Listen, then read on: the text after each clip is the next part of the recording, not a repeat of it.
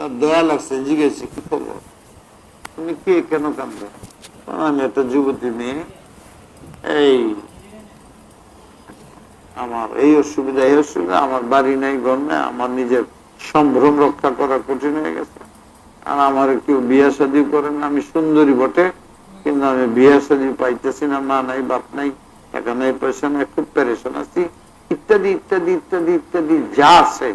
এরপরে আমি এখন কোন সাথী পাইতেছি না, দুঃখ বলতে বলতে ছেলে বলছে, ঠিক আছে আমি তোমাকে বিয়ে করব, চেহারা দেখো। তো আমি তো পর্দা করে অভ্যাস, বিয়ার আগে কোনোদিন আমি কোন পুরুষের চেহারা দেখাইনি। এইভাবে যতটুক আকৃষ্ট করা যায়, দিনদার যুবক ছিল, আকৃষ্ট করছে, বিয়া শাদী করছে, ফুল চেহারা না, কেউ যদি দেখে ফেলায় একেবারে বাসার ভিতরে ঢুকা, পরে যখন পর্দা হইব তখন বলবো, তখন তুলবে।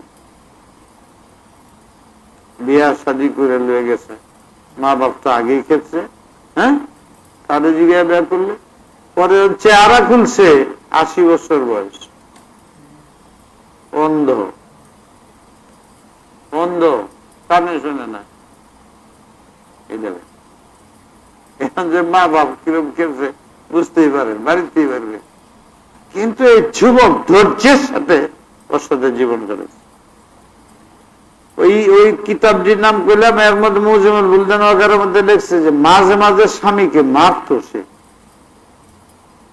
লাঠি দিত, মারতো, গালি দিত, যত অত্যাচার তত করতে। যুবক ধৈর্যের সাথে 20 বছর 15 বছর পরে মারা গেছে মেয়েটা। এতদিন সে ধৈর্য ধারণ করছে,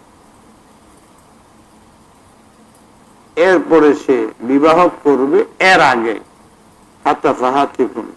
তোমার এই ধৈর্যের বিনিময় আল্লাহ পাক তোমার বিয়া ঠিক করে দিচ্ছে। পৃথিবীর সবচেয়ে সুন্দরী মেয়ে।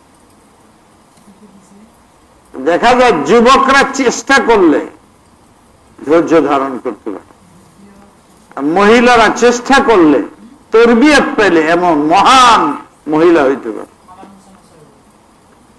আমরা এগুলো শুনি, কান্দে আর কান্দে বাইর করি, দুনিয়ার মুহে এত লিপ্ত যে আমরা এটি বিশ্বাসই করতে পারি না। তাই একজন উচ্চ, একজন নিচ, একজন কালো, একজন সাদা, একজন গরিব আর ধনী